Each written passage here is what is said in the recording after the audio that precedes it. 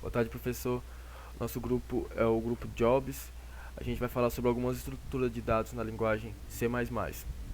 Nosso grupo é composto pelo Aleph Felipe, Caio Martins, Isabela Fernanda, Ismael Henrique, eu, Thiago Quiroga e Regiane Silva. O cronograma que a gente vai seguir é o seguinte: a gente vai dar uma breve introdução sobre a linguagem, depois vamos falar sobre as pilhas, filas, listas e vamos encerrar com breves considerações finais. Ok, boa tarde, professor. Como já foi dito, a gente vai falar sobre o C++, que é uma linguagem de programação de nível médio, que é baseada na linguagem C, como se fosse uma evolução da linguagem C.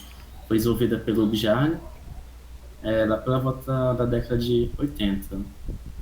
É, Dentro dessa linguagem, a gente vai falar sobre listas, pilhas e filas, que são a nossa estrutura de dados, que vai permitir a gente organizar, interagir e de algumas maneiras diferentes, de acordo com o que a gente vai precisar, da nossa necessidade.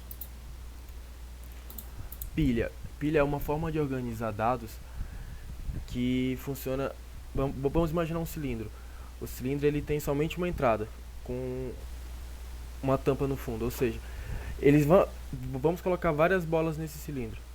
Ele só vai poder passar pelo topo. A primeira que entrar, ela vai ficar lá embaixo, vai ser a última.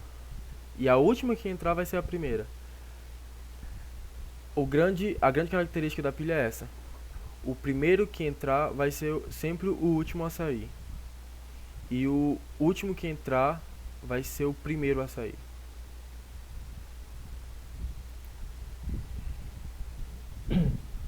Boa tarde, professor. Boa tarde a todos. Agora eu vou explicar um pouquinho do exemplo prático do funcionamento de pilhas em C++. Bem, primeiro de tudo, a gente tem que ter a biblioteca, né, stack, que em inglês é pilha, obviamente. Então, isso é necessário. Aqui, no tipo de stack, eu estou informando, né, que é a pilha do tipo string. Aqui tem alguns métodos e funções. Por exemplo, aqui eu tenho o método push, vai fazer com que eu empilhe os elementos na pilha, né? Então aqui eu tenho 4 elementos push, obviamente. Então eu vou empilhar 4 elementos. Aqui eu tenho um cout informando o tamanho da pilha, né? Usando justamente o parâmetro size. Então o parâmetro size vai informar para a gente o tamanho da nossa pilha. E aqui eu tenho o comando pop. O comando pop ele justamente retira o elemento do topo. Então, por exemplo, como é que eu usei o pop duas vezes, ele vai retirar o elemento do topo duas vezes. Por exemplo, aqui eu tenho o rei de paus, que está no topo, e logo em seguida vem o rei de ouros. Então, se eu usar o pop duas vezes, eu vou retirar esse elemento, esses dois elementos. E, obviamente, a partir daí, o elemento que vai estar no topo é o rei de espadas. Pode prosseguir, rodando agora o código. Então, esse é o resultado, como eu já tinha falado. O tamanho da pilha, usando justamente o parâmetro size, ele vai informar o tamanho da pilha. O tamanho do topo, que agora é read paus, né? Como eu usei duas vezes o comando pop, ele vai retirar o elemento do topo, os dois elementos, né? Como eu usei duas vezes. E aqui a gente tem o parâmetro informando o novo elemento do topo, que no caso é o rei de espadas. Pode passar. Aqui, como já foi dito, aqui tem a biblioteca stack, tem a função push, que é a função de empilhar elemento, como já foi dito, a função pop, o parâmetro size, que é para verificar o tamanho da pilha, o comando top, que é para verificar o elemento que está no topo da pilha. Pode prosseguir. Ok, então agora vamos falar sobre a fila, que tem como biblioteca Keyword. Essas estruturas são do tipo FIFO, First In, First Out. Ou seja, o primeiro elemento que vai ser inserido, ele também vai ser o primeiro a ser retirado. Então, quando você colocar os elementos em sequência, diferentemente da pilha, não vai ser o último, vai ser o primeiro mesmo que ele vai sair. E para exemplificar, vamos ver essa imagem, que na pilha temos um cilindro fechado, onde essas bolas foram colocadas, e o primeiro vai ser o último a sair. Na fila já é totalmente contrário. é um cilindro aberto, então quando colocamos os elementos 1, 2, 3, 4, 5, o primeiro que vai sair vai ser o elemento 1.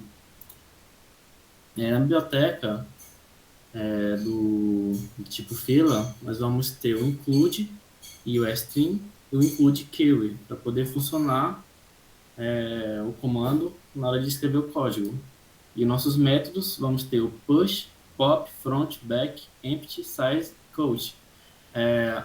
Que o que vai diferenciar da pilha é o comando front e back, que vai inspecionar o primeiro elemento e o último. E o resto já foi apresentado. Boa tarde, professor. Boa tarde, turma. Aqui tem um exemplo em C++, um exemplo de uma fila no código. Primeiro tem que incluir a biblioteca query, que é a fila em português. Abre o int main. Depois vem o query string, que vai vir só caractere. O nome da query, da fila, vai ser banco, simbolizando um banco, um atendimento de banco. E em seguida vem o banco.push, que simboliza o adicionar algo. Está inserindo algo à fila. E esse que está sendo adicionado é o José. Em seguida vai ser adicionado o Carlos. Logo atrás do José vai ficar o Carlos. E atrás do Carlos vai ficar a Maria. E atrás da Maria, a Ana. Imaginamos uma fila assim dessas quatro pessoas. Aí em seguida vai ter o cout, mostrando o tamanho da fila pelo método size, banco.size. O tamanho da fila é 4, porque são 4 pessoas. Em seguida vai ter o cout, primeira pessoa, que é a primeira pessoa da fila, com o método banco.front, mostra a primeira pessoa, que é o José. Em seguida vai ter o cout, mostrando a última pessoa, pelo método banco.back, que é a última pessoa, e é a Ana. E depois de passar por isso, eles entram num loop, segundo esse código, que é um while, e é assim que se lê. Enquanto banco estiver vazio, não estiver vazio, tem uma exclamação ali antes do banco, faça. Cout primeira pessoa. A primeira pessoa vai ser o José, que está mostrando lá, banco.front. Em seguida, banco.pop remove o José, ou seja, José foi atendido. Aí volta de novo para o começo do while. Enquanto o banco não estiver vazio, mostra a primeira pessoa, que é o Carlos agora, já que o José já foi atendido, e mostra pelo banco.front. Aí remove com o banco.pop e volta de novo. Aí Maria, depois mostra Maria e é removido pelo pop, e depois volta com Ana, remove Ana, e depois de remover sai do while, porque agora o banco está vazio, e termina o código. Aqui está o print do código em funcionamento. O tamanho da fila tem 4 pessoas, a primeira pessoa é o José, a última pessoa é a Ana.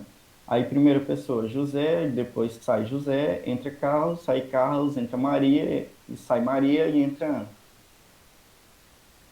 Listas. A estrutura de listas é uma estrutura linear que mantém os seus dados independentes de seus valores. A única informação que ela precisa utilizar é a posição do item. No caso da lista simples, ela vai pegar a instrução do item anterior, e nas duplas encadeadas, ela vai pegar a instrução do item anterior e do sucessor. Ela é parecida com a estrutura de pilhas, o seu funcionamento, porque o primeiro a entrar vai ser o último a sair, e o último a entrar vai ser o primeiro a sair. Só que o que difere é que ela não precisa ter o seu tamanho pré-definido logo no início. Isso pode ser alterado durante sua execução e não vai mexer na estrutura do código.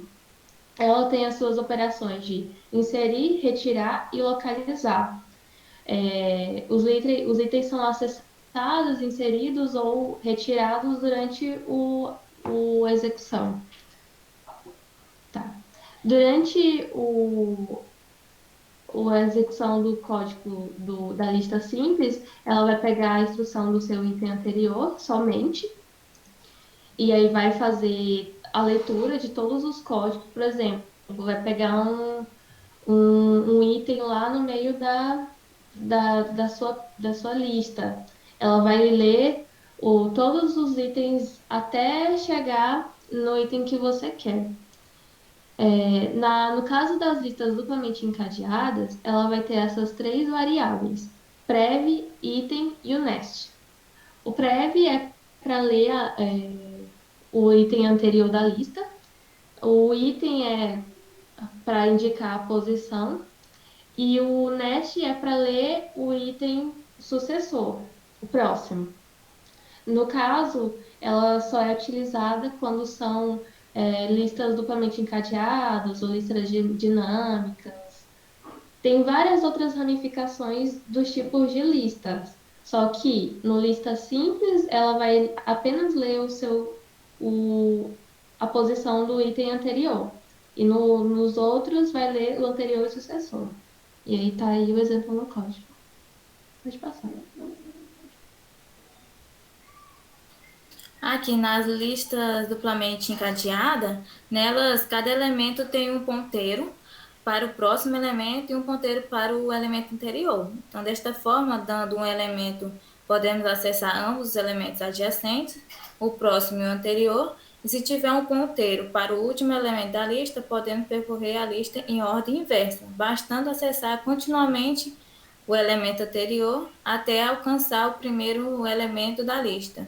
Que não tem elemento, o que não tiver o elemento anterior, o ponteiro do elemento anterior vai ficar valendo nulo, zero. Como vocês podem estar vendo aí na figura. Então,